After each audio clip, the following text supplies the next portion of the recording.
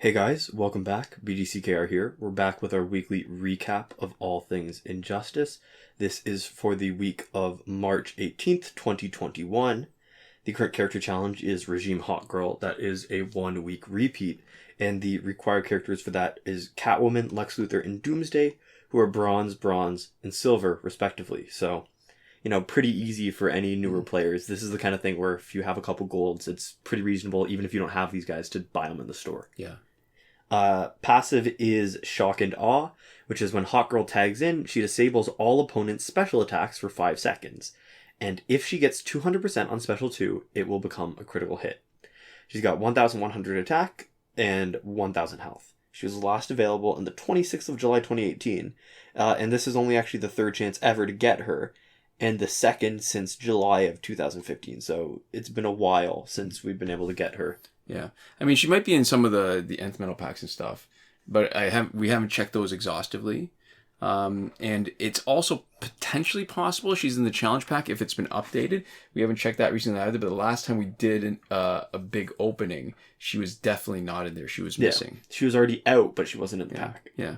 So generally, unless you were playing for those 3 weeks almost 6 years ago, back when challenges were 3 weeks, or the 1 week 3 years ago, then this is a rare opportunity to get her. Mm-hmm.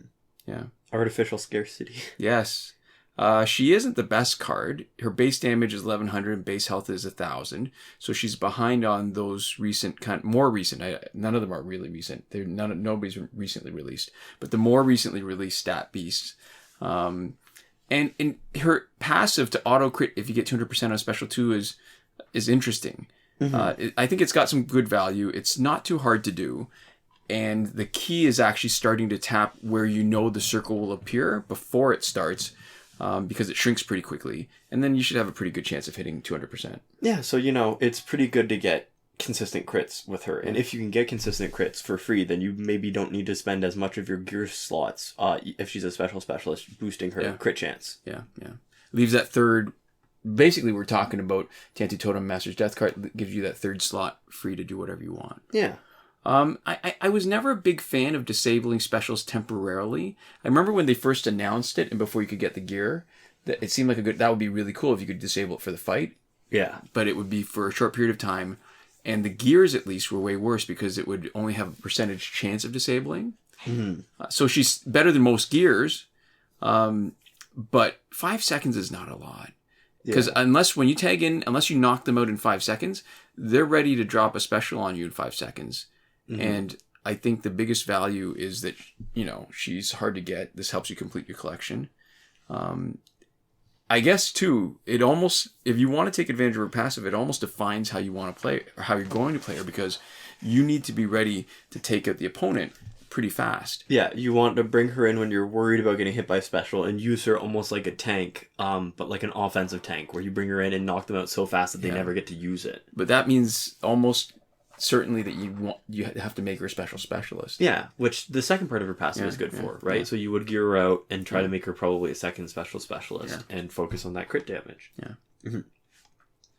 So this week's multiplayer reward is the Gloves of Azrael, which become the Gauntlets of Azrael. And when it's fully maxed out, you get a 30% max health increase, a 95% life drain chance on combo ender, and the evolved ability, which is a 95% life drain chance to teammates on combo ender. And it was last available in August of 2020. We should expect Blackest Night Superman next week, given the sort of pattern that we've been seeing. Minor interruption 11 weeks ago, and we're back on schedule for more than 2 months now, almost 3 months. Yeah. So this is a 4.5-star gear. Basically defensive, like it's all defensive. The amount of health boosted is not particularly special. The combo ender life drain, it used to be sort of special until the overpowered super came along, which also life drains on combo ender. And the biggest sort of feature that's unique is that the life drain can go to teammates too. Mm-hmm. And it's not news. We play pretty much all offense all the time.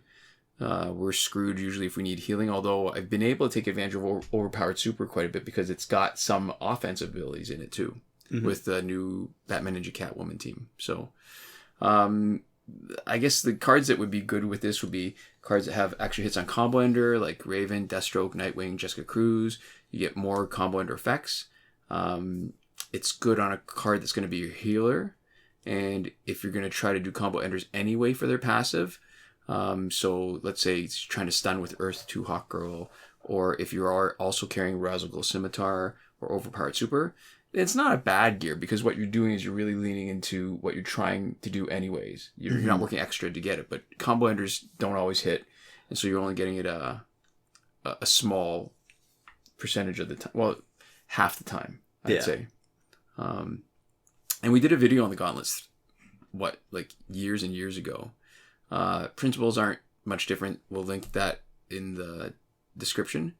And so maybe the one thing where it has changed, not recently, but sort of over time, is that for a card that has overwhelmingly powerful passives, or offensive passives, sorry, sometimes it's not bad to use defensive gears to make that character a little bit hardier. So I didn't used to think that it was worth wasting any gear slots on something that would be defensive, but when offensively they're just so, like, what I'm thinking of is Catwoman, Batman Ninja Catwoman, and Flashpoint Batman. And I think that's it. Yeah, it makes a little more sense to have them balanced, because you don't really need offensive gears. And after a certain point, if you're knocking them out with one special anyways, it's diminishing returns. Yeah. You can't do more than 100% damage. And because we're not focusing on splash damage the same way anymore, it doesn't really provide any extra value. Yeah, so there we go. In the store, we have the character bundle Arkham Allies for $24.99 Canadian, and that comes with Arkham Knight Batman, Arkham Knight Catwoman, and it comes with Batman's Hooded Cloak, which is the Dawn of Justice version of the gear, and Steel Claws. Yeah. So Batman's interesting because he's got 3, I think, character-specific gears, right? He's got the original Batsuit, he's got the Batmobile, and it makes it interesting because Arkham Knight Batman was never a challenge, he was never a multiplayer reward, he was only a random drop in packs. So you can almost make the argument because they're both relatively uncommon cards. They're not easy and there's to get. no better way to get Arkham Knight Batman.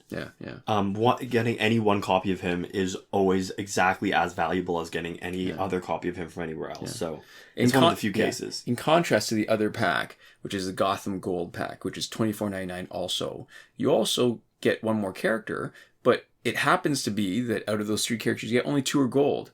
1 is silver, and all are available in the store for power credits. Yeah, so you get Bane, Deathstroke, and Insurgency the Joker. And, these are just normal, not uncommon guys. They're worse than normal. Stats. I think they're the lowest stats, if anything, about for characters you can buy in the store at golds. It's true, yeah. They're pretty crummy overall. Yeah. Doesn't seem like a good deal at all. Yeah, better to grind and use your power credits. And it's weird because, there's a lot of packs that don't have the word gold in them that only give you gold cards. Yeah. This is called the Gotham Gold pack, and it gives you a silver. Yeah. Which seems almost like false advertising. It's a kick in the pants. Yeah, especially when you read who it comes with, right? If you don't know, it would be crappy to think you're getting 3 golds and then end up with the silver because you're like, wait a second. Yeah. Yeah. In our Survivor, we have the 4th World Gear set until the 24th of March, 2021. Phantom Zone is back for 2 weeks. Fight 62 is still broken. Last weekend's breakthrough was Hawkgirl, Green Lantern, and Lobo, so we expect Lex Luthor, Batman, and Doomsday for this weekend.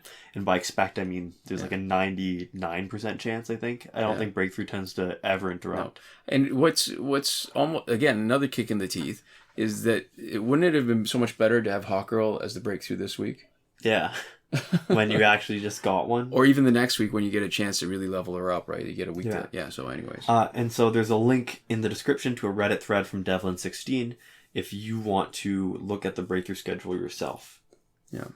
So moving on to current glitches. Remember, every working glitch is explained in a tutorial video as part of the playlist that you can reach by clicking the eye in the top right corner of this video. We are Android 9.0 only, so we can only confirm these glitches for Android 9.0. We can't confirm them for 10 or iOS. Or 11. Or 11, oh right. And so we'll get into that a little bit later, but we will talk about some of the things that we have heard about them. Mm-hmm.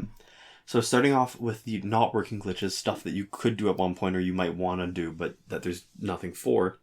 There is nothing for power credits that we're willing to endorse. There is something that exists. We talk about why we won't endorse it in Season 6, Episode 9 of our P&Q and CNA&T, which we'll have linked in the top right now.